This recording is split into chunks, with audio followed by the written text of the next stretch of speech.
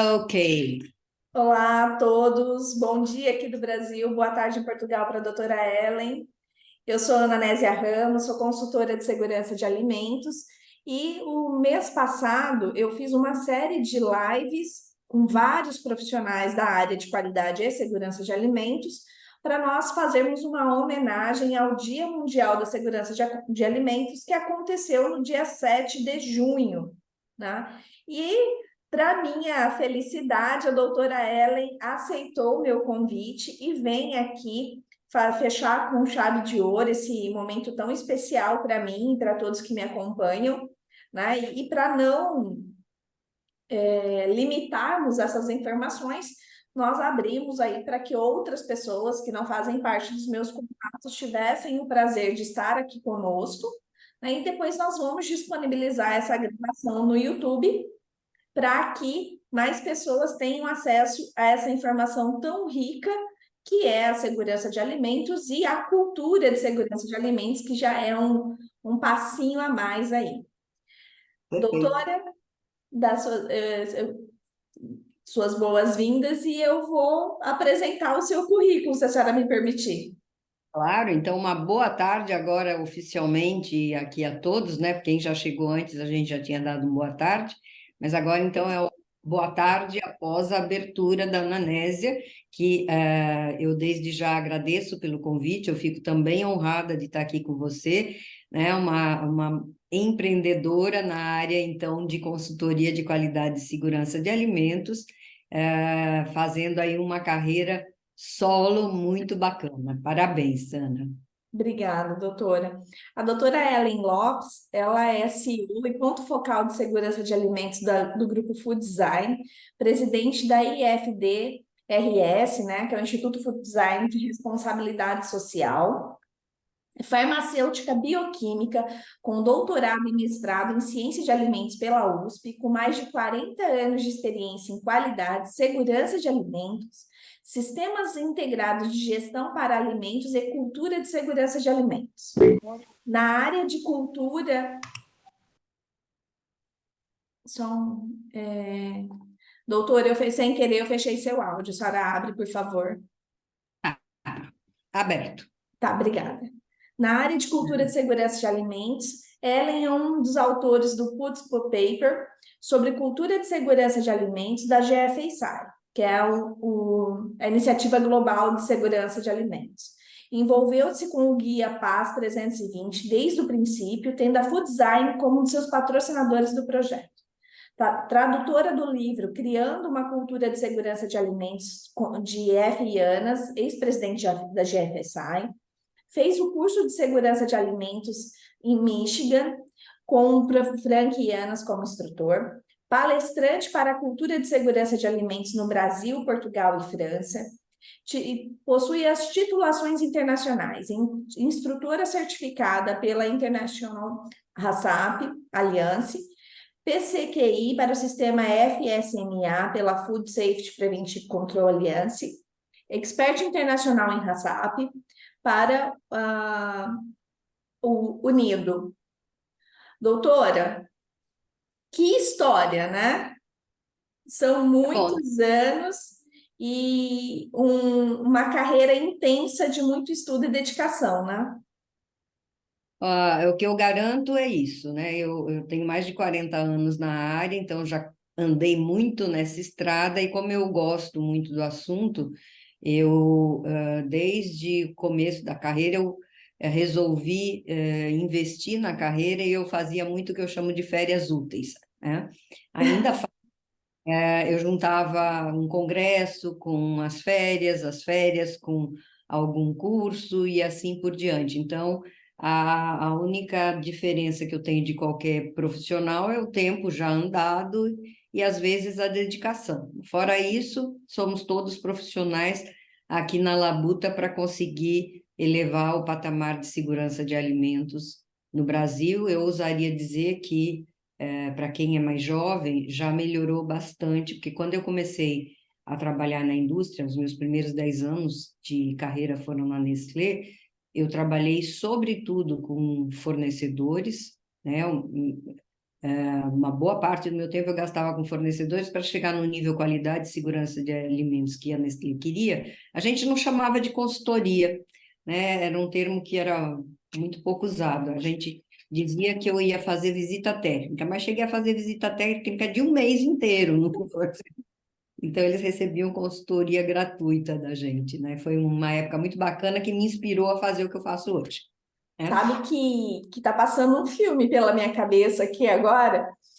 Eu lembro de uma das vezes que eu ouvi falar, né, presencialmente, a senhora comentou a respeito de um perigo químico que a senhora suspeitou enquanto ainda estava na Nestlé, de um leite em pó que estava muito barato. A senhora se Ah, lembra dessa história? lembro, mas não foi, foi no passo seguinte, foi na Ah, Kibon, né? Foi tão barato, né? E a gente nem estudava fraude na época, mas eu falei, eu não vou degustar esse leite antes de ver o resultado microbiológico. E aí o resultado saiu, e mesmo assim eu falei, gente, eu não estou confiando, porque ele acho que era 20% mais barato, 15%, e tendo trabalhado na Nestlé, na época eu sabia que a margem líquida era 2, 3%, era baixíssimo, como que baixa tanto? Né? Tudo bem que há diferenças em empresas internacionais. Bom, eu não matei a charada, não, foi alguém da equipe, vendo que eu estava suspeitando, a gente às vezes bota a cabecinha do outro para funcionar e falou: será que não é questão de radioatividade? Mandamos analisar.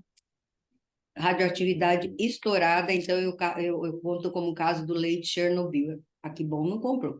Agora, eu suspeito que ele tenha sido comprado por muita gente, né? Porque uma das pressões culturais que a gente tem, e que é perigosíssima até em termos de sobrevivência da humanidade, isso eu falo porque eu estudo sustentabilidade, ganância desmedida de muita gente, né? E a pressão brutal que a gente tem hoje em dia virou uma quase cultura. Em tudo quanto é empresa, tem o comprador tentando achacar o preço e baixar o preço de fornecedor de serviço e produto. Mas deixa essa história para lá.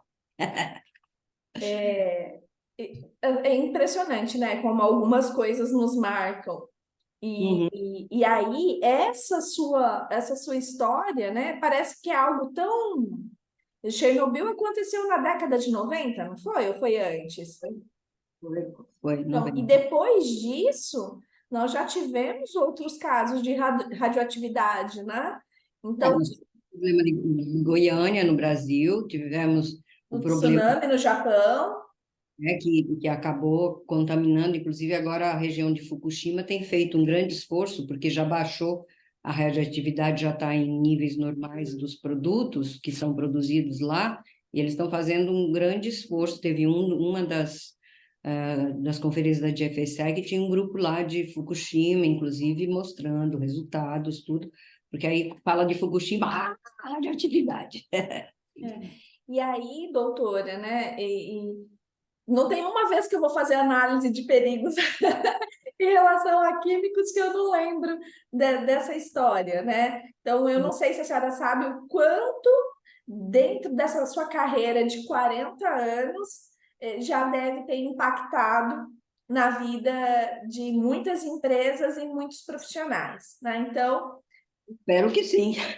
não, com certeza, com certeza.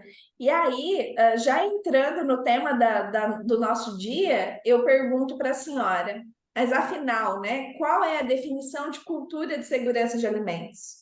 Na realidade, existem muitas definições, mas eu acho que a gente pode simplificar dizendo que é aquilo que a gente aprende, né, e que a gente acaba reproduzindo dentro de um grupo ou dentro de geração, e às vezes até de geração em geração, né? Então, há um conjunto de elementos que às vezes a gente chama de artefatos, né, que caracterizam essa cultura e que a gente tende a reproduzir, às vezes até inconscientemente. Vou dar um exemplo muito bobo, tá? Roupa. Por que que a gente usa roupa no calor? Ah, porque no frio tá bom, é para proteger. E no calor? Por que que usa?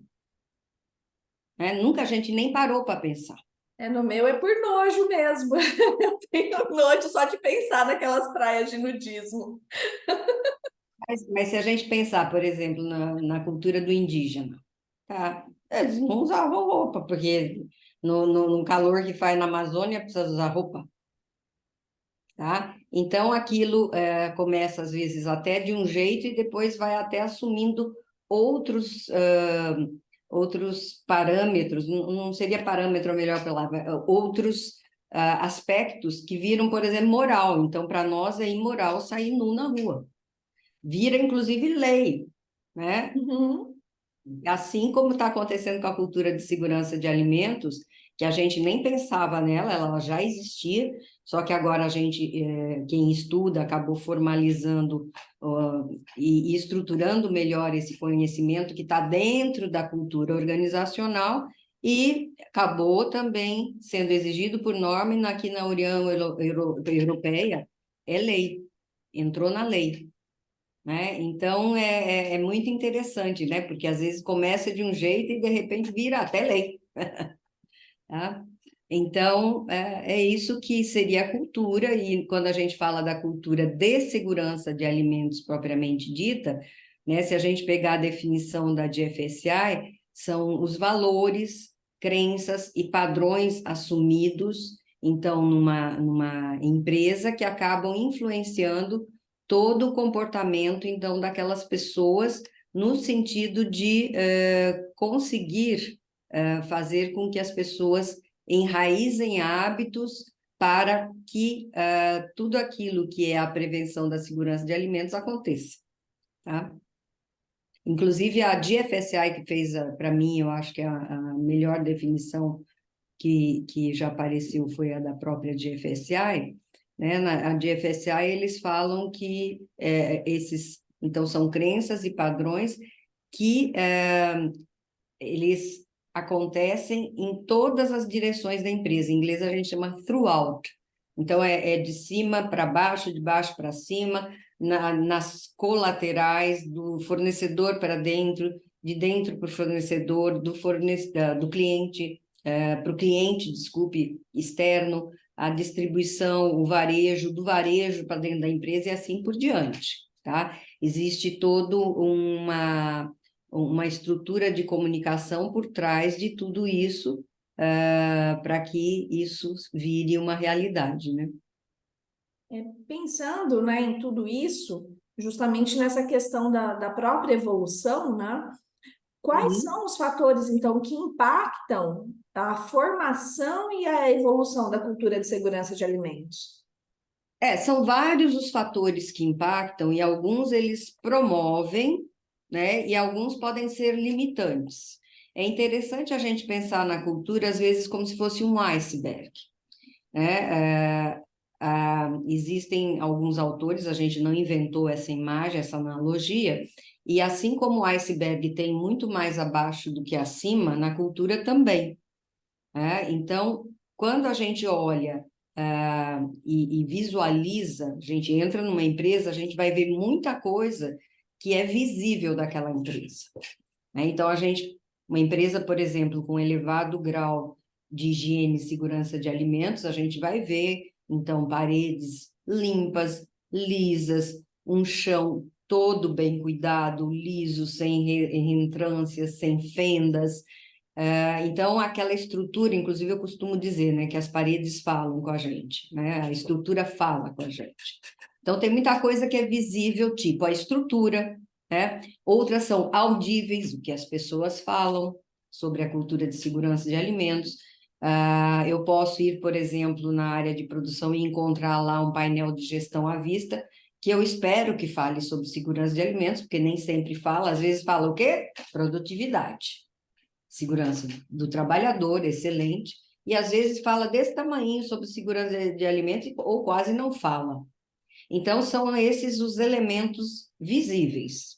Mas abaixo desses elementos visíveis, a gente vai ter uma série de fatores, e esses fatores muitas vezes vão ser embasados, então, em crenças e padrões promotores ou limitantes. Dando exemplo de fator limitante, tá?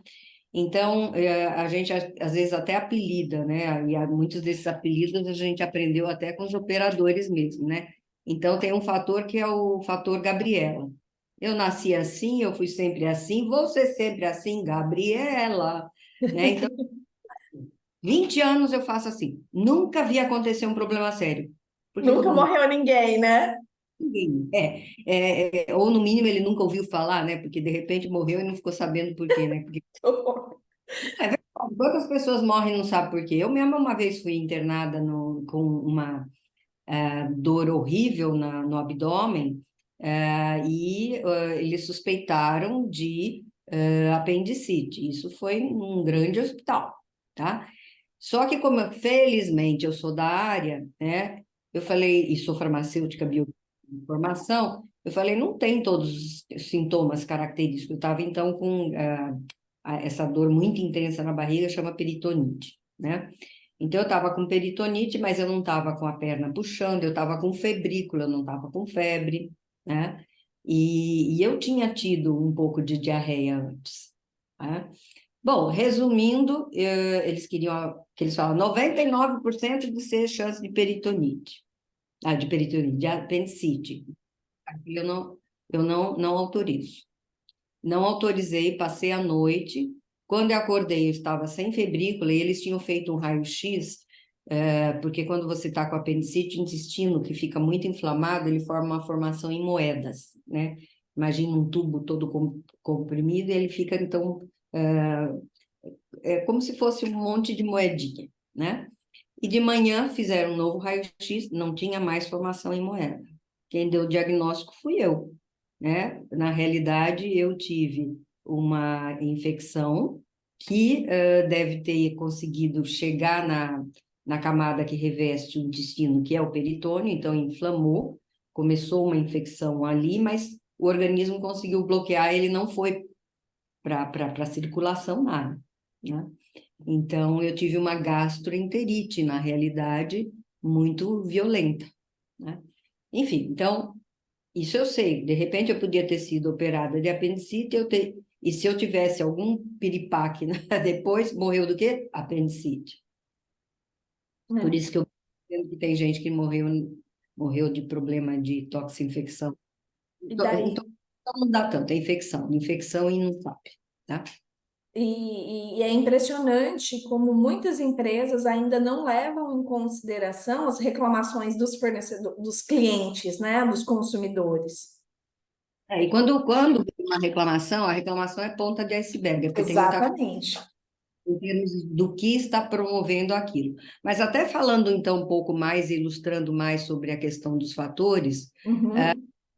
tudo começa com a questão de valores, que é uma coisa mais filosófica, tá? Por isso que a própria definição de FSI fala valores, crenças e padrões, né? Então, valor, a empresa tem que valorizar. Agora, a empresa não tem boca. Quem cria a cultura numa empresa, quem que é? Se eu fosse perguntar, até dá para perguntar aqui no chat. Vamos perguntar no chat? Vamos interagir um pouquinho aí? Eu vou dar algumas alternativas para vocês. Quem cria a cultura? É a liderança. Se for a liderança, vocês botam L. Se for operadores, vocês botam O para ficar rapidinho. E se forem todos, botem um T. E vamos ver o que vocês acham de quem cria a cultura de segurança de alimentos numa empresa. L, O ou T? T, T, T, Um influencia um ou outro. T, T. Tem alguém que tem uma opinião diferente? Tem alguém que pensa diferente? Não, então uma salva de palmas por terem respondido, mas não é T. Não é T, isso é pegadinha da dona Ellen que eu tenho muitas vezes. Por quê? Quem cria a cultura é a liderança, gente. Basta observar numa empresa quem estabelece a política de qualidade e ou de segurança de alimentos. São todos? Não são. É ali a mais alta liderança. E eu não inventei nada. Quem, inclusive, fala isso textualmente é um cara muito conhecido da área de cultura organizacional, né? Um cientista da área de psicologia social, que se chama Edgar Schein.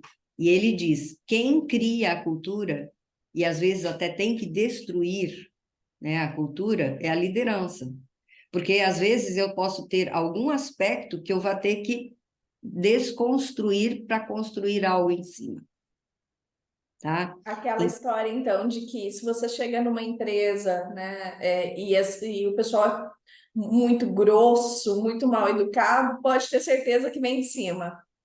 Vem muitas vezes em cima. A gente só não pode jurar por Deus, porque se eu, de repente, se ela está ainda contratando as pessoas, às vezes não deu tempo de moldar, né? Mas, enfim, então, quem traz esse valor para a empresa tem que ser a alta liderança. Agora, cabe a todos, sim, manter e melhorar continuamente. Tá? E eu diria, se alguém não concorda com esses valores, o correto não é trabalhar numa empresa que tem um valor com o qual não concorda, porque senão ela vai ser um peixe fora d'água e ou ela vai se botar para fora ou ela vai ser botada para fora, tá? Mas enfim, então tudo começa com o valor, que é algo mais filosófico, que vai então ser expresso via as normas pedem política de segurança de alimentos. Tem algumas pequenas diferenças para a qualidade de segurança de alimentos, mas se a gente pensar, é muito similar, então, à política de qualidade, a política de segurança de alimentos, que vai ser desdobrada em objetivos, metas, e eu vou ter indicadores para mensurar isso, tá? Ah, mas isso não é igualzinho à segurança de alimentos? Ah, aí é uma outra coisa também para a gente falar, tá? Porque do que você está falando parece segurança de alimentos, e é segurança de alimentos.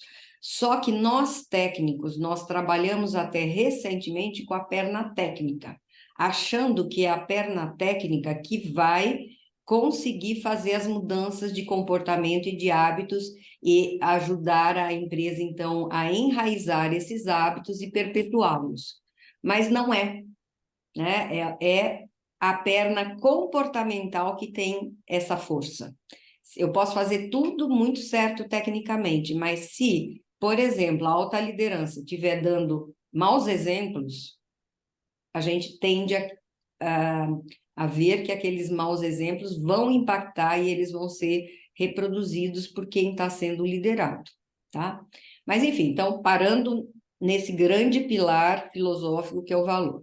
Aí depois vêm lá vários outros fatores. Como é o sistema de comunicação dessa empresa? Como essa empresa comunica a segurança de alimentos? Ela, de repente, faz o quê? Uma integração, aí o supervisor vai ensinar mais coisas no dia a dia, e depois, uma vez por ano, faz um evento, por exemplo, uma CIPAT fala de qualidade, ou faz a Semana da Qualidade, é isso? Então, qual é a mensagem subliminar que eu estou passando? Né? De que é importante, mas não é tanto, porque é só de vez em quando. Né? Então, toda a estrutura de comunicação ela é muito importante, e é importante que eu tenha uma comunicação que venha de cima para baixo, mas que também ela receba o feedback de baixo para cima, que haja colaboração nas laterais, nas áreas diferentes de processo, e não só na área mais ligada à qualidade e segurança de alimentos, porque isto é um valor que tem que ser compartilhado por todos. O que acontece é que cada um tem um papel e digamos, uma profundidade de relação com a segurança de alimentos maior ou menor de acordo com a sua função, tá? Então, falamos da comunicação, né? Falamos, by the way, de que às vezes, então, a pessoa recebe uma integração que é um treinamento. Atualmente, é muito comum que as empresas trabalhem muito com a mentalidade de um programa de treinamentos, o que é ótimo, mas treinamento tem uma grande limitação, tá?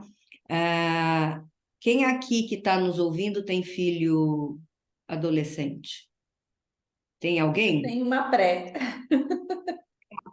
Então, quantos anos? 12. 12? Então já está, nos dias de hoje já está adolescente. Já tem cabeça de adolescente, né? Né? Se tem alguém que tem algo contra a educação sexual, eu acho que vale a pena até repensar, tá? Porque tem gente que é contra, tá? Eu Então, vou a fazer... Elisa tem uma de 16. Quem? A Elisa tem uma de 16. 16, tá? Mas vamos pegar, então, alguém mais jovem. Tá? A menina de 12 anos, que lá logo já vai estar com seus 13, então entra na fase dos teenagers. E aí eu pergunto a Ana, mas pergunta a Elisa também. Na escola, vocês gostariam que as suas filhas fossem educadas sexualmente ou que elas fossem treinadas? Educadas. Viu a cara que você fez? Eu vi sua Treinar, cara. não. Você está vendo? Então, a diferença é que treinar envolve saber fazer. Educação é um processo que vai muito além e que muitas vezes eu nem quero que seja treinado, tá? Porque a educação ela propicia um entendimento muito mais amplo dos prós, dos contras, do como fazer, do como não fazer e traz a possibilidade de um julgamento crítico que o treinamento não traz. Tá? Então, a gente, inclusive, quando faz diagnósticos, né, a Food de Design tem feito muitos diagnósticos de cultura e segurança de alimentos, é muito comum que a gente ouça dos operadores, eu sei o que eu tenho que fazer. Né? Por exemplo, vamos dizer, uma indústria de carne. Se cair no chão, eu não posso pegar aquela carne e pôr de volta junto com as outras. Mas, para mim, eu não sei muito bem por que não, né? Será que é tão grave assim para ter que jogar esse monte de carne fora, né? Então, sabem o quê, mas não sabem por quê, não sabem do tamanho das consequências, do tamanho do risco, né? Do tamanho da encrenca, tá? Aí a gente liga com outro fator que é o conhecimento de perigos e riscos, que em geral está no domínio da equipe qualidade ou segurança de alimentos. Tá? Então, a gente tem que fazer com que esse domínio se espraie por todos que tenham algum impacto na segurança de alimentos, com a profundidade necessária em função da função. Né? Outra coisa muito importante, as lideranças. Né? E as lideranças, mais do que nunca, elas têm que, na segurança de alimentos, eu vou de vez em quando olhar a hora aqui, porque se bobear eu falo demais, tá, Ana? Tá? Eu vou parar um pouco mais em fatores, depois eu prometo que eu não falo muito mais, tá? Então, se a gente falar da liderança, cabe à liderança fazer o que fala, né? Existe uma expressão em inglês que chama walk the talk, que inclusive na Paz 320, que depois eu falo o que é, apareceu, tá? Eu já falava disso e muita gente na área fala disso, né? Então, não é falar e depois não fazer. Eu estou com um celular aqui e eu tenho relógio, porque eu não vou tocar no produto. Não, tem que servir de exemplo, não pode dar mau exemplo. Né? Tem que ser comprometido, tem que mostrar comprometimento. Eu vou falar dos fatores mais importantes, mas são muitos, né? Então, a liderança, falamos da educação, a questão de como você estrutura o processo de reconhecimento, porque nossa cultura trabalha muito com reconhecimento no avesso, na punição. A gente tem que trabalhar mais no direito, no reconhecimento positivo. Inclusive, o Códex também incorporou como parte das recomendações todas, que a cultura positiva, e disso faz parte um reconhecimento positivo. Né? Então, entrou a Tony de Kátia. Já mutei aqui. As crianças às vezes aproveitam para entrar, né? Mas voltando então à questão do reconhecimento, e a gente tem que estimular então esse reconhecimento positivo, e dizem os estudiosos que a gente deve caprichar no reconhecimento positivo simbólico e não atrelar isso a dinheiro. Não que você nunca possa dar, mas se você vai dar um reconhecimento, por exemplo, em dinheiro, esteja muito certo, e isso sim é regra geral, não premie aquilo que é obrigação, premie aquilo que é para lá da obrigação e que já está caminhando na direção da excelência, né? Porque senão depois não faz, né? Eu já vi empresa que vinculava resultado de auditoria de BPF a resultado desculpe, a dar uma boa cesta básica, tá? Então, o que que acontece? Se você, de repente, tira a cesta básica, também não vou fazer.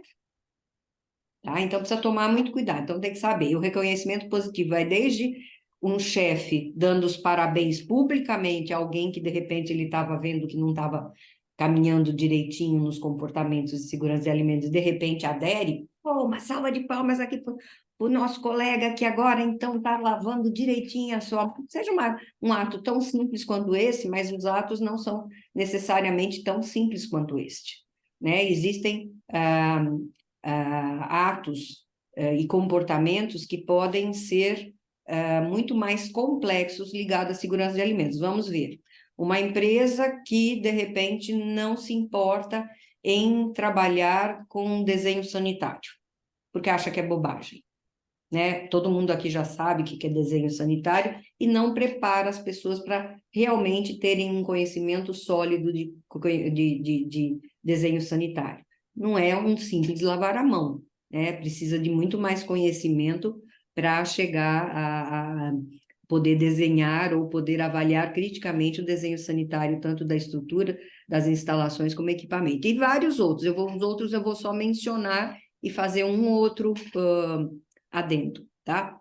Eu até botei uma listinha aqui para eu não esquecer, tá?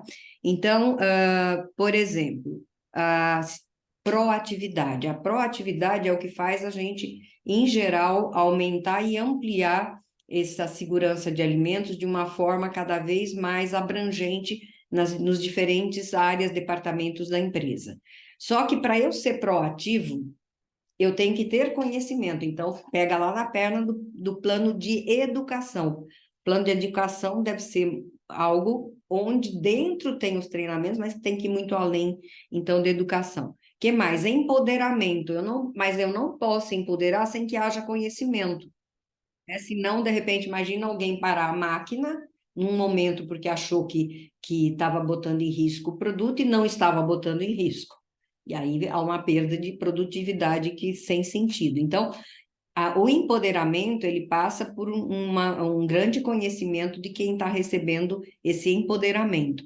A colaboração entre as diferentes áreas, quebrar os silos, sentido de pertencimento e orgulho, e tomar cuidadinho com o pertencimento, que é o sentido de dono, que tem gente que fala assim, uma empresa, por exemplo, X, que a gente fez um trabalho, ficava muito batendo na terra, você tem que se sentir dono, tem que se sentir dono, tem que se sentir dono. Isso até causava raiva, às vezes, nas pessoas, porque eu tinha um operador que falava assim, eu sou dono, eu recebo, por acaso, lucro no final do ano? Eu sou dono?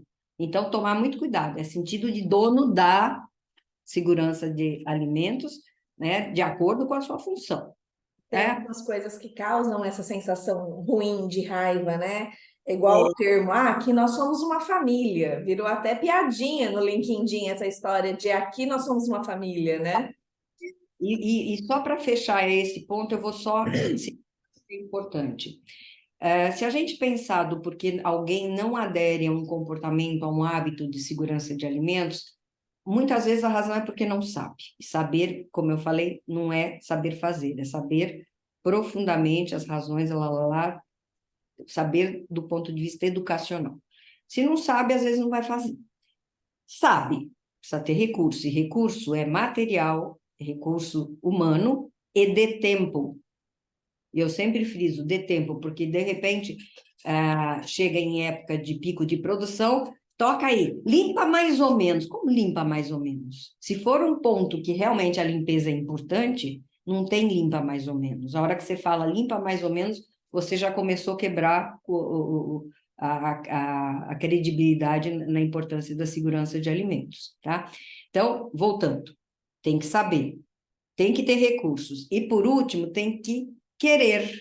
E o querer tem duas pernas, uma é consciente, a outra é inconsciente. Então, a inconsciente, ela é influenciada por vários fatores, como esse que eu coloquei. No sistema que a gente segue, da food design, que a gente vem estudando isso há muitos anos, antes de virar moda, a gente também coloca perguntas e tenta explorar a questão da equidade, porque eu já vi, é caso real, vou dizer a empresa sem dizer o nome, né? Óbvio. Era uma vez uma empresa que tinha 3 sanitários, um do lado do outro, diretoria todo de mármore, gerente normal, e o de operadores, tipo privada turca de buraco no chão. O refeitório tinha 3 níveis, um com garçom, o outro com pratos que se servia lá na mesa e o de bandejão. O que vocês acham que esses operadores sentiam? Eles não eram tratados equanimemente, eles tinham raiva da empresa. Raiva é menos vontade de aderir e até risco de sabotagem. Ok, acabou. Essa era a parte mais longa. Aproveitando que a senhora falou aí a respeito de moda, né? E antes de entrar na moda, mas esse assunto é um assunto novo, de fato? Na realidade, não é um assunto novo, né? A gente, por exemplo, na Food Design, a gente teve um histórico que, assim, eu fico muito feliz de ter percebido isso, e no início foi intuitivamente, porque quando eu comecei a fazer consultoria, eu justamente fui percebendo que só conhecimento técnico não dava resultado. Né? Então, eu conto muitas vezes, eu tenho a liberdade de contar, então se alguém já ouviu, vai ouvir de novo, porque a história é a mesma, né? Não dá para inventar uma outra, porque senão seria inventada até. Aliás, inventar dá, mas essa é uma história vivida. Um moinho em Santa Terezinha do Itaipu, ele tinha operadores que vieram do campo que não tinham conhecimento e cultura de usar um sanitário. A gente começou a perceber que eles subiam no vaso sanitário, que é um risco muito grande. Se tiver uma rachadura ou se a pessoa escorrega, ela pode ter um acidente gravíssimo. Bom, demos os treinamentos, depois de que a dona resolveu, ela aceitou fazer toda uma reforma, criar toda uma estrutura para que a gente pudesse treinar de como usar o sanitário de forma adequada, higiene, blá, blá, blá. Eu vou só contar rapidinho. E aí eles tinham medo, eles subiam, eu conversando com ele, por quê? Medo, crença, iam pegar doença. Eu sou farmacêutica, eu sei que as doenças venéreas não se pegam assim. Aí expliquei para eles. Aí volta lá, marca de pisada nos vasos. Chamei. Gente, mas a gente não conversou? Vocês não acreditaram naquilo que eu falei? Né? Ou seja, às vezes quebrar uma crença não é tão simples, tá? Então, o que eu fiz? Me deu um estalo, eu falei, vocês aprenderam o efeito de desinfetante que mata, eu chamava os bichos, né, para simplificar, micro-organismo é mais difícil deles falar.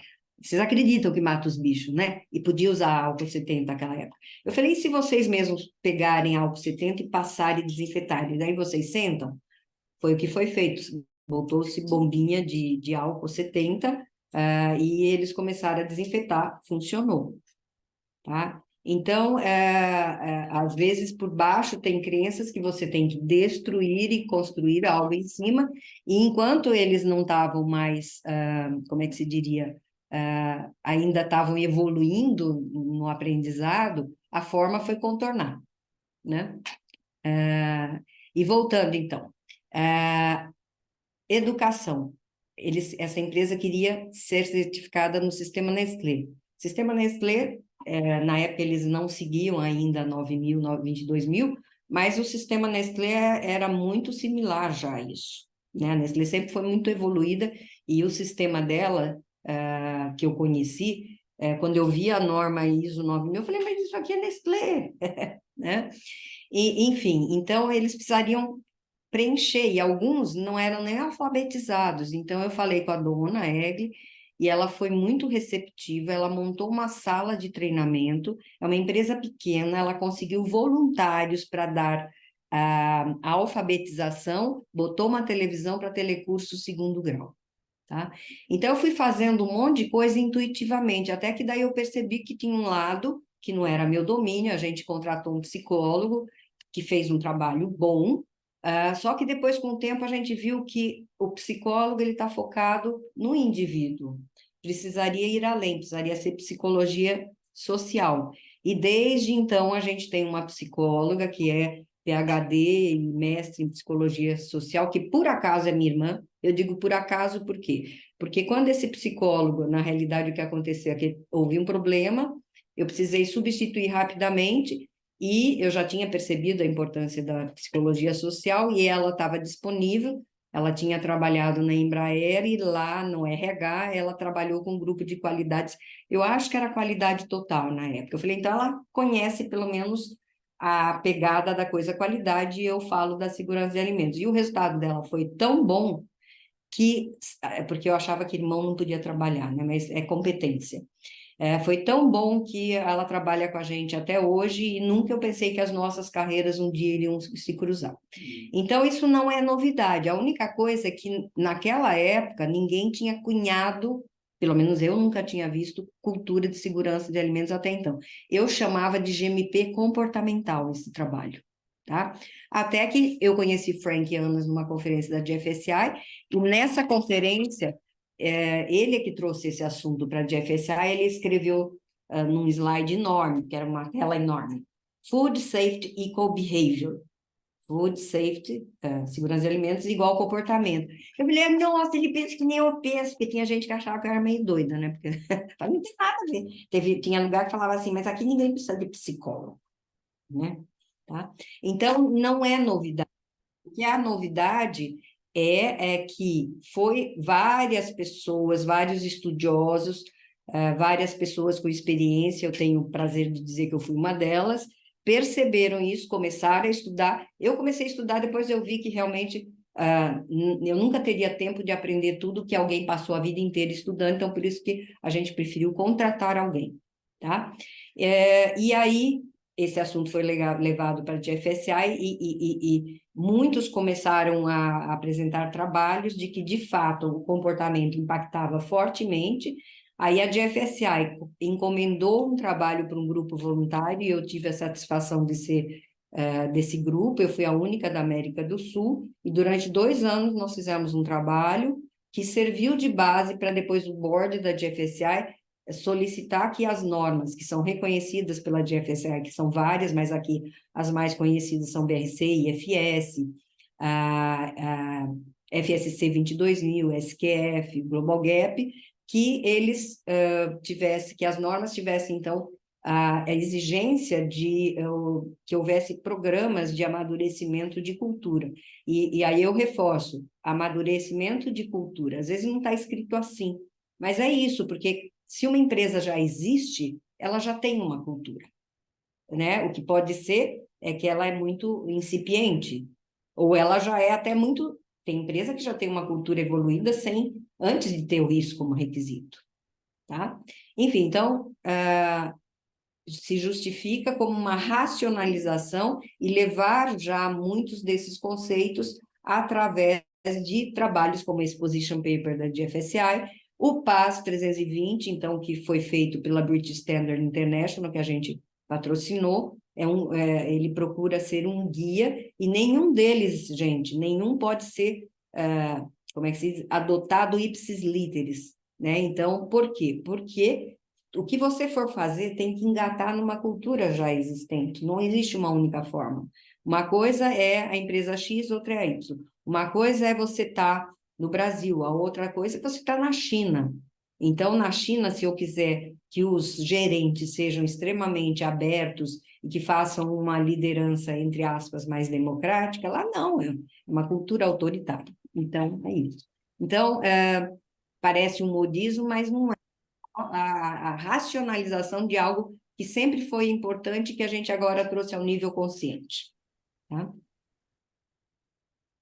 Doutora, a senhora acabou já entrando aí na questão de que acabou-se, né, que se tornou uma exigência das normas de certificação, né? É impressionante como nós temos aí um movimento que normalmente vem de fora para dentro, no sentido de necessidade de evolução dos sistemas, né? Uhum, Seja o sistema de gestão da qualidade, o sistema de gestão da segurança de alimentos, a própria cultura dentro da empresa que amarra tudo isso.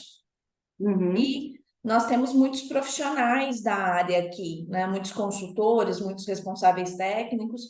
Então, a uhum. minha última pergunta para a senhora é: como desenvolver um programa para fazer evoluir e amadurecer essa cultura de segurança de alimentos, já que não está muito mais associado a, como a senhora disse, a comportamento né? Entendimento, amadurecimento, né? Como desenvolver um programa para evoluir esse processo?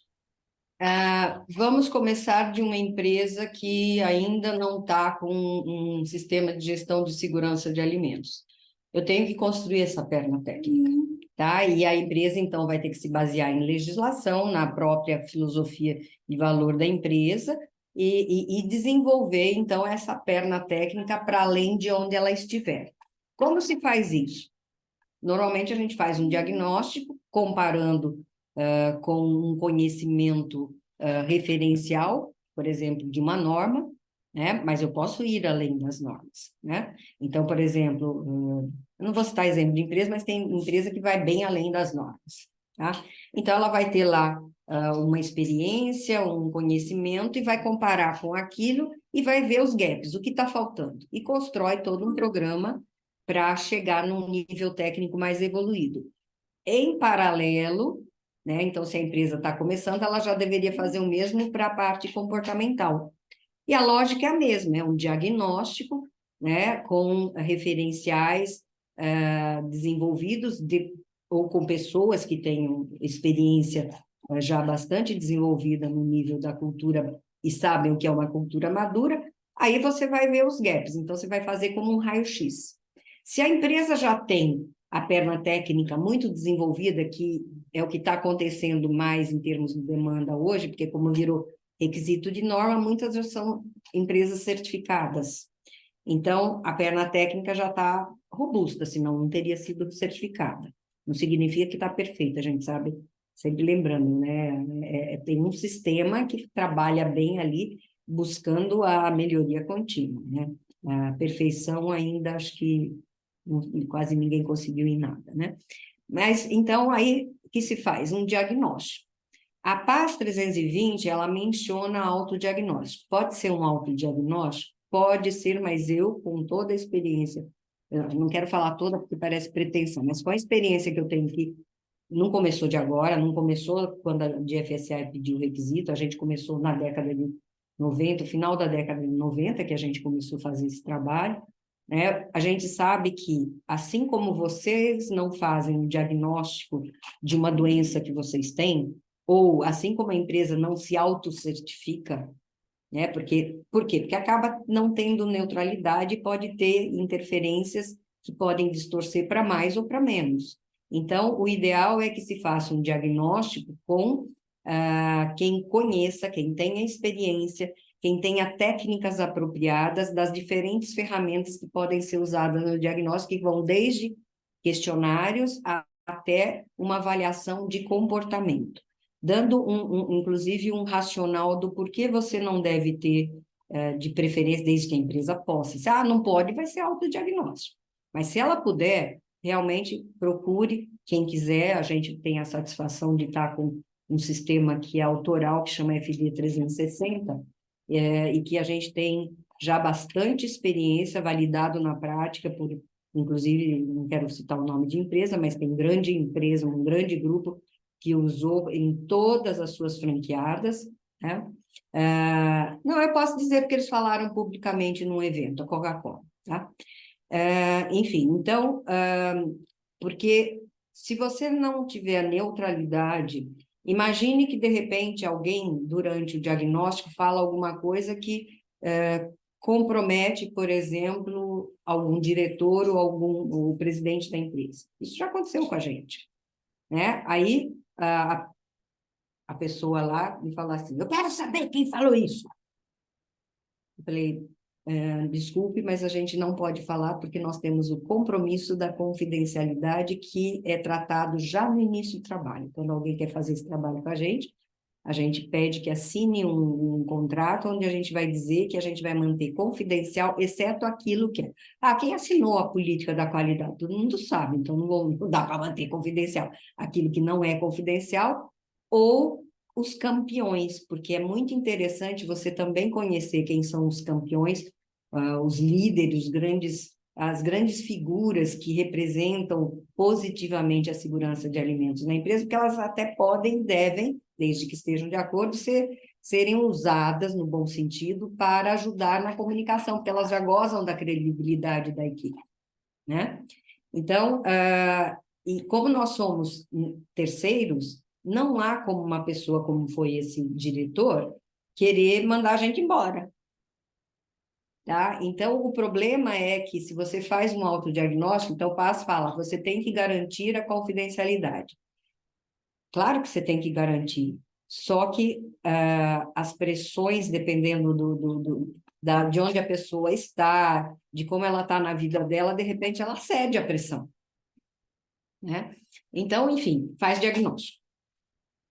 Fazendo o diagnóstico, então, nós temos lá o grau de maturidade e a gente vai identificar pontos fortes, que tem que ser mantidos ou aumentar a abrangência, e pontos de melhoria.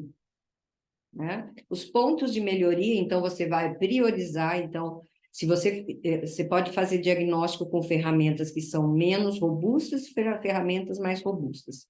O nosso sistema mais robusto a gente chama de Excellency, a gente faz questionários, entrevistas individuais, entrevistas em grupo, acompanhamento de campo e, às vezes, até se a empresa quiser ir além, a gente faz a comparação da percepção da equipe com a nossa percepção como especialista.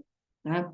E tudo isso gera um número grande de melhorias que vai virar um plano estratégico que vai ser desdobrado, dependendo da empresa, pode ser mais rápido, menos rápido, mas nunca é muito rápido. Cultura não se move em 1 mês, 2 meses.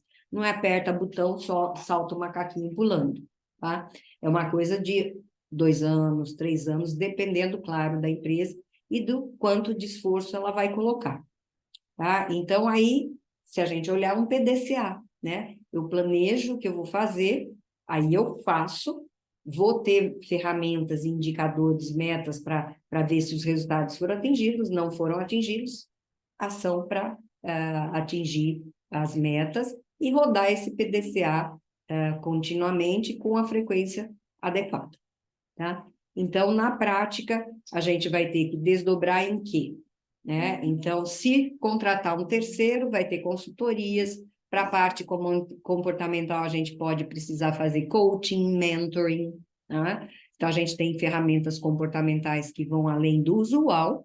Poderá haver treinamentos. E se for internamente, então, o que vai ter? Todo um trabalho de reuniões com, digamos, consultores internos. E a gente tem recomendado às empresas que, como esse é um conhecimento que os técnicos em geral não dominam, então que procure fazer treinamentos, aliás, minto, eu não gosto de usar a palavra treinamento, tá? Eu vou refrasear, né? Fazer estudos ou trazer alguém que conheça para orientar as equipes, tá? Ou as equipes vão ter que estudar, o que vai levar mais tempo. Ok? Então, tendo conhecimento, aí você, interno, você vai poder fazer o quê? Reuniões. Então, o consultor é alguém que conhece, que vai estar ali fazendo reuniões e orientando. Então, vai consistir em reuniões que vão planejar o que fazer no plano de educação, no plano de programa de reconhecimento, como estimular o orgulho, empowerment, todos esses fatores. Ah, mas tem um que eu fazendo resolva? Normalmente não, né? O que acontece é o mais forte, o mais fraco. Então, eu vou reforçar todos aqueles que são mais fracos para conseguir que esse conjunto de fatores aumente não só o querer consciente, como o querer inconsciente das pessoas. Tá? Doutora, em relação, nós temos duas questões aqui. Eu vou fazer a primeira pergunta da Letícia, porque está mais associada a seu último comentário. Doutora Uhum. Ellen, tem alguma sugestão para incentivar colaboradores em funções mais operacionais a se comprometerem na rotina diária na produção de alimentos seguros? Pergunto na condição de ter migrado de produção da indústria farmacêutica para a qualidade na indústria alimentícia. Uma boa pergunta, tá? Para você conseguir. Primeiro, que dependendo do que você produz e do risco, não vai ser um rigor farmacêutico, tá? Dependendo do que, poderá se aproximar de um rigor farmacêutico. Vou produzir uma dieta enteral, é praticamente farmacêutico, né? Meu pesadelo. Então, eu posso ir de um produto de baixíssimo risco, vamos pegar, por exemplo, biscoito, é baixo risco, tá? Biscoito. Vamos pegar na outra ponta não vamos pegar algo que é quase farmacêutico, vamos pegar um carne, um peixe, um frango, né? Então, são produtos de maior risco, e alguns vegetais também, tá? Antigamente, o FDA focava muito nos produtos de origem animal, mas a gente sabe que teve muito problema com vários vegetais. Bom, então, como? Eu vou ter que aculturá-los. Como? Eu entendo que se a gente ainda não fez muita coisa, uma das ferramentas mais poderosas é a educação. Então, eu vou montar um plano educacional. Para aumentar a aderência, o que eu posso fazer? Levar o conhecimento de segurança de alimentos, não só da importância que ele tem na fábrica e para o consumidor, mas a importância que tem na vida da família. Porque na hora que você traz esse conhecimento para ele como cidadão, na medida em que ele vê a utilidade para a casa dele, ele começa a ter mais facilidade de incorporar isso na própria fábrica. Né? E como que faz isso? Bom, aí você vai ter que bolar. Então, tem um monte de coisa que é, por exemplo, criatividade e respeitar os recursos que a empresa tem. O que eu posso fazer? Só livre de pensar é só pensar. Poxa, está perto do Dia das Crianças. A gente sabe que a criança influencia muito a família. E ela absorve muito mais facilmente, são esponjinhas, né? Então, o que eu bolo? Eu vou fazer um evento aqui com as crianças e vou falar de segurança de alimentos de uma forma muito simples, né? Vou botar as crianças para fazer desenho, né? Enfim, vou ilustrar, né? Boto uma mamadeira no sol e explico que ali o calorzinho vai fazer os micro-organismos multiplicarem, pego o filme na internet mostrando a multiplicação, enfim, faço e trago, se possível, inclusive, alguns elementos concretos, tá? Mostro placa de Petri, faço esfregaço de mão, convido as crianças para vir uma semana depois para ver o tanto de bicho que tinha na unha delas, na mão delas, né?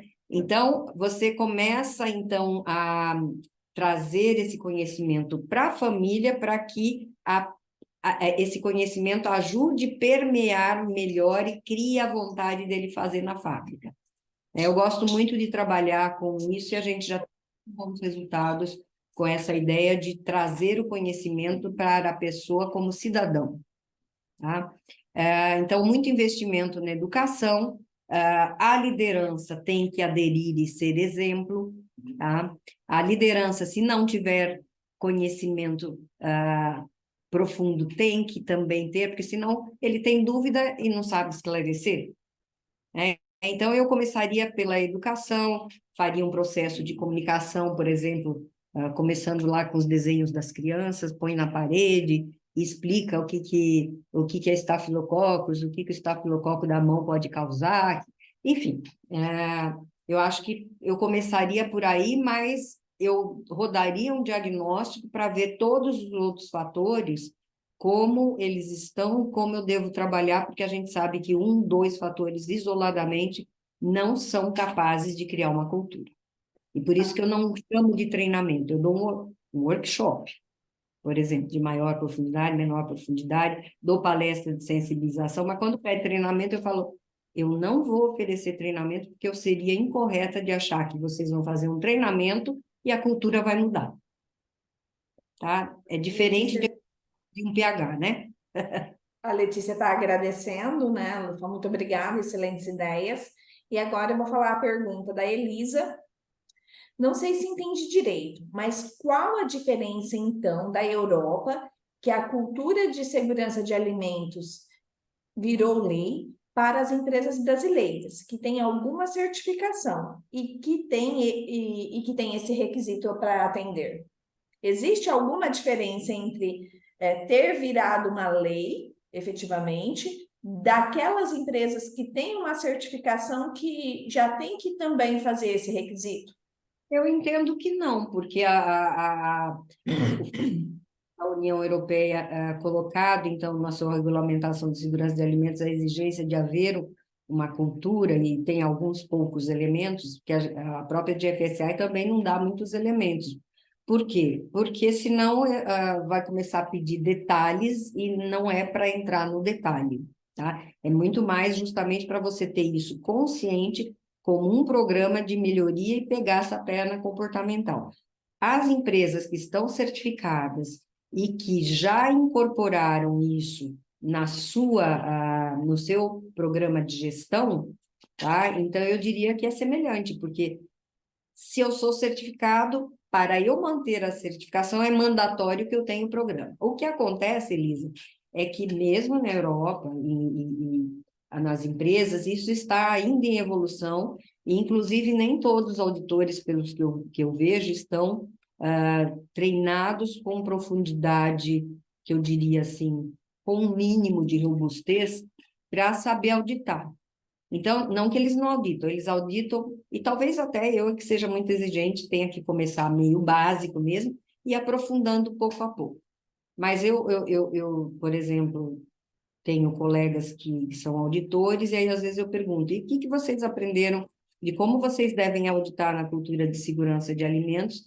Eu acho que ainda, pelo menos, do que eu ouvi, está meio incipiente. Existem empresas mais preocupadas em informar os seus auditores nessa área. Eu vou dar como exemplo, nós fizemos uma parceria com a Finor, que é uma certificadora da França, e lá eu tive o privilégio de, no grupo internacional, não no grupo da França, mas no grupo internacional deles, eu é que num programa de formação de auditor, entrei com a parte de como auditar a cultura de segurança de alimentos de uma forma um pouco menos incipiente, uma forma já mais robusta.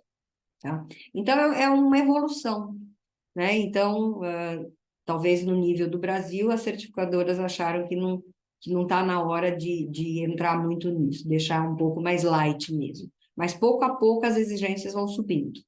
Mas eu percebo, assim, talvez até bem aquilo que a senhora falou, né? A cultura é algo que você vê nas entrelinhas, que você escuta, né? Então, talvez boa parte dos auditores ainda não tenha maturidade suficiente para perceber as entrelinhas ali que mostram efetivamente o significado da cultura.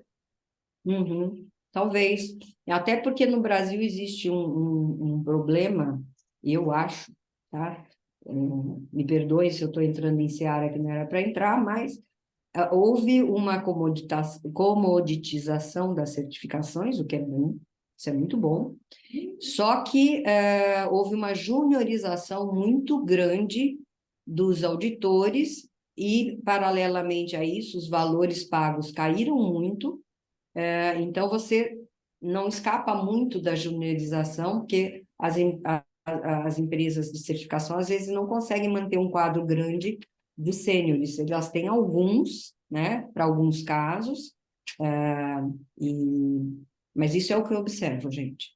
Então, obviamente, se vocês forem perguntar, as certificadoras vão negar, mas é só observar. O Geraldo fez um comentário aqui, né, na sequência de uma pergunta. Pessoal, olha, se pensa muito em programa educacional para os colaboradores. A pergunta é necessário também incluir a alta direção? Geraldo Neves, amei a sua pergunta. Absolutamente sim. Por exemplo, nós não fazemos um diagnóstico se minimamente não houver uma sensibilização com os gestores. Operadores a gente também faz, mas ali às vezes a gente orienta a empresa como fazer. Mas nos gestores, então, é o nível supervisão, gerentes, direção e presidência, ou seja lá como chame, né? Diretor, presidente, sócio, tá? Porque se ele não tiver nenhuma ideia do que é segurança de alimentos, se um diretor financeiro não tiver ideia do que é segurança de alimentos, a hora que a equipe que está cuidando, ou seja de cultura ou da segurança de alimentos, vai pedir recursos, eu falo que ele é o homem do facão, porque todo orçamento é limitado, não conheço nenhum ilimitado. Né? Então ele, corta. Por quê? Porque não é importante, isso aqui não vai matar ninguém. Eu já ouvi isso. Tá? Então, sim, a única coisa é claro, ele não tem que virar um especialista de segurança de alimentos, né? Ele tem que ser minimamente conscientizado e sensibilizado, e mais do que conscientizado, né, conscientização é consciência, é razão. Mais do que conscientizado, sensibilizado. Eu tenho que conseguir tocar minimamente o coração daquela pessoa, né? Agora, o duro é se eu tiver um psicopata que não tem coração, mas isso é uma outra história, deixa para lá. Mas não, é só brincadeira à parte. É só para dizer que existe exceções que talvez não sejam sensibilizáveis, mas é exceção. Em geral, eu diria assim, tudo que a gente viu até hoje, até se a própria direção aprova um programa onde haverá uma sensibilização, é porque ele já está aberto para isso. Né? Eu tenho percebido, talvez, não sei se, como a maioria dos meus contatos são pequenas empresas, né, médias empresas, mas eu percebo uma preocupação. Não vou dizer que essa preocupação é inerente necessariamente à cultura, pode ser uma preocupação financeira e não ter uma exposição da marca. Mas isso você gera também uma preocupação interna. Tem uma última pergunta aqui, doutora. A Elisa. Na educação, eu costumo dizer que nem sempre são grandes ações, mas trabalhar a cultura de segurança de alimentos são pequenos detalhes. Um exemplo que eu percebo aqui na região, pelos relatos dos alunos da graduação e pós-graduação, é a condição de acolhimento de imigrantes que estão trabalhando nas indústrias de alimentos, por vezes com culturas diferentes. Sim, sim, eu diria que é uma somatória de pequenos detalhes, e embora às vezes eu possa ter grande detalhe, porque se eu cuido dos pequenos detalhes e deixo um spray dryer, por exemplo, com um ponto morto, onde ali vai se acumular produto e que poderá gerar um biofilme e uma contaminação, né? Não que foi exatamente isso que aconteceu com uma grande empresa aqui na Europa. Eu não quero mencionar o nome porque a gente não sabe dos bastidores, mas eu tenho a suspeita de que foi isso que aconteceu, né? Então, formar a cultura é uma somatória de pequenos detalhes, sim, concordo plenamente, mas também há grandes detalhes, né? Agora, se eu já cobri todos os grandes, aí eu vou ter que lidar com os pequenos. E na rotina do dia a dia, é muito mais a somatória de pequenos detalhes, sim.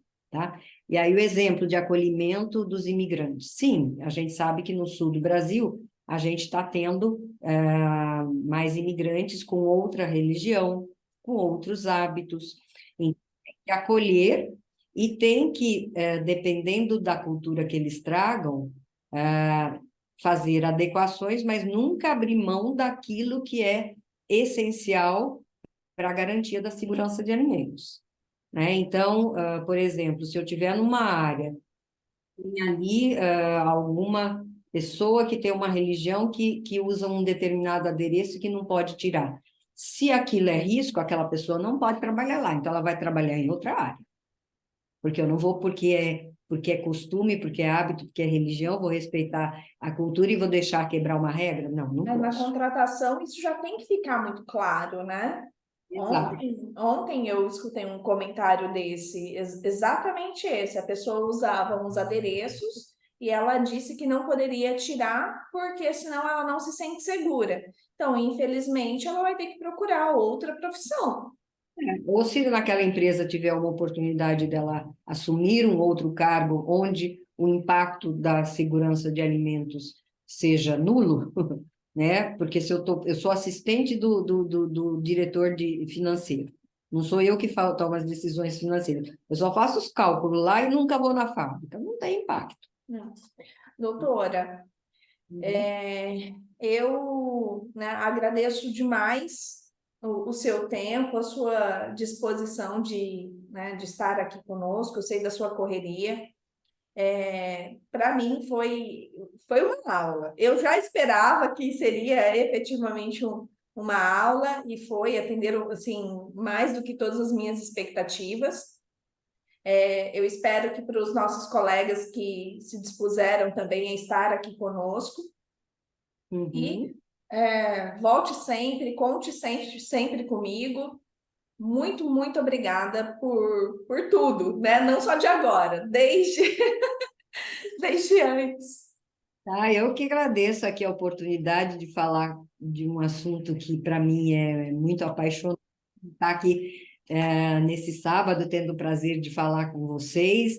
Obrigada aí pela interação, pelas perguntas, né? E, Ananésia, parabéns por você ter decidido fazer essa carreira solo de consultora, né? E sempre que eu puder colaborar, pode também contar comigo, né? Só não pode quando, de repente, tiver pergunta tão complexa que é uma tese inteira só de estudo de 2, 3 anos que vai resolver aquilo. Aí a gente sabe responder. Mas, brincadeiras à parte, é um prazer, é uma satisfação e realmente parabenizo não só por você ter assumido essa carreira, como estar aqui dividindo conhecimento com demais pessoas e profissionais, num sábado. Tá bem? Muito, muito obrigada. O pessoal está dando parabéns aí né, e agradecendo pela senhora ter compartilhado tantos conhecimentos, né? O Geraldo está agradecendo a oportunidade e a honra, a Anne dando parabéns, a Regina, né, obrigada por compartilhar, o Jean dando parabéns. Gente, Obrigada. muito, muito obrigada, né? Um grande sábado a todos vocês. Doutora, que a senhora tenha aí muitos e muitos anos de vida, com muita saúde e disposição para continuar fazendo esse trabalho incrível que faz. Tá bom? Obrigadíssimo. Beijos a todos. Até mais. Tchau, tchau. Até. Bom fim de semana. Ah, deixa eu tirar uma foto. Foto. Só fazer um X aí. Um pouquinho. Deixa eu então pôr aqui o gallery. Não, tá ótima. Aqui, só o Geraldo que aparece. O Diogo tem fotinho. Vamos aparecer, Ah, gente. quer todo mundo? Quer tirar com todo mundo? Vamos. Vamos. A não ser quem não quer, claro. Não tem obrigação, porque às vezes sábado a gente tá à vontade, né? Olha aí, fone da Kátia. Kátia tem uns cachos lindos. Ai, eu queria ter cabelo assim. Letícia, só tem. Você só convidou gente bonita aqui? Hum. Não pode. Só. Nossa, Deixa, pode. deixa eu ver, colocar o pessoal aqui junto com a gente na tela, então. Prontas? Prontos? Alguém mais quer aparecer? Bom, então, se não querem aparecer, os demais, vamos então tirar a nossa foto e a gente manda para todos, né? Deixa eu arrumar os cabelos aqui, bem. Deixa eu arrumar os cabelos. Peraí. Mais miolo, bom. Aqui que tá torto. Ah, tá torto esse cabelo. É que a gente tenta arrumar aqui, tá, sai tudo ao contrário, Não, né? tá ótima. Tá bem, então. Quem vai fazer a foto aí? A Ana? Eu. Obrigada, então. Até Era mais. só um pouquinho. Sem óculos. Não nasci de óculos. Obrigada, gente. Deixa eu Até mandar. mais. Tira várias, porque às vezes um sai assim, outro sai assado, né? Não, ficou ótima, já mandei aí. Deixa só eu voltar aqui para eu tirar eu e a senhora aqui, que eu não consegui tirar nós duas. Obrigada, até mais. Beijos a todos. Fico, tá?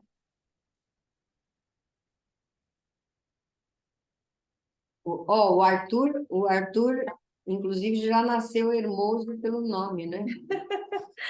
Pessoal, tchau a todos. Tchau, Geraldo. Obrigada.